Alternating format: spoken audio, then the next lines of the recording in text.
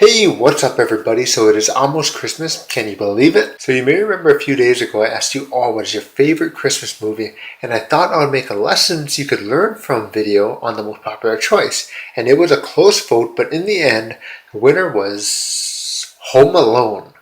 Number 2 was Elf. So I guess you could say Elf came up a bit short. So anyway, after watching Home Alone again and taking a few notes, I had my list ready. And I checked it twice. That's the last lame joke of the video, I promise. 1. Be careful what you wish for. Of course, this was pretty much the main premise of the movie. Kevin gets constantly picked on by his cousins. He gets riled up and causes a bit of a mess. Kevin is the one who gets punished. He then gets upset and wishes that he never had a family and wished they all just had disappeared. And when he woke up, his family already left for Paris and they forgot all about him. At first, he thought it was pretty cool, but after a little while he started to miss them and started to wish them back. Number 2, don't prejudge anybody. In the movie we see the next door neighbor, and there is a rumor going around the neighborhood that the man killed somebody. And Buzz tells the story to Kevin to try to scare him.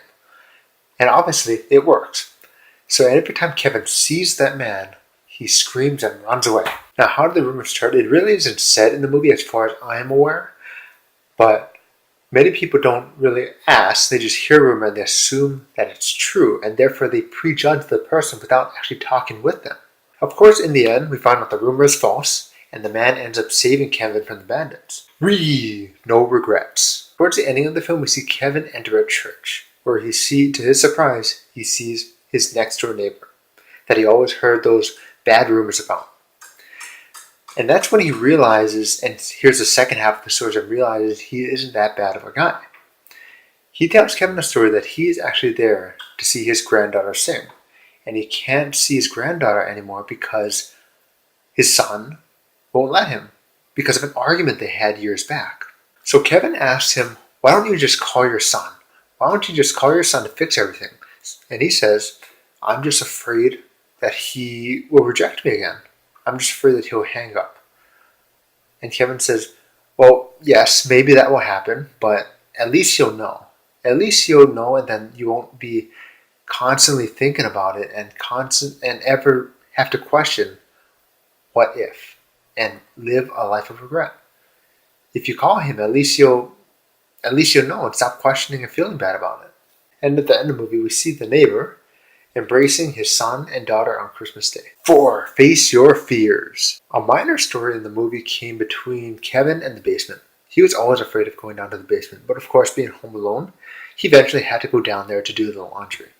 And when he finally was down in the basement, he realized that everything that he was afraid of was all in his head.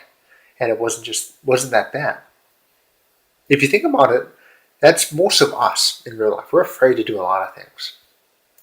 But most of those fears aren't real, and they're actually all made up in our imaginations in our head. 5.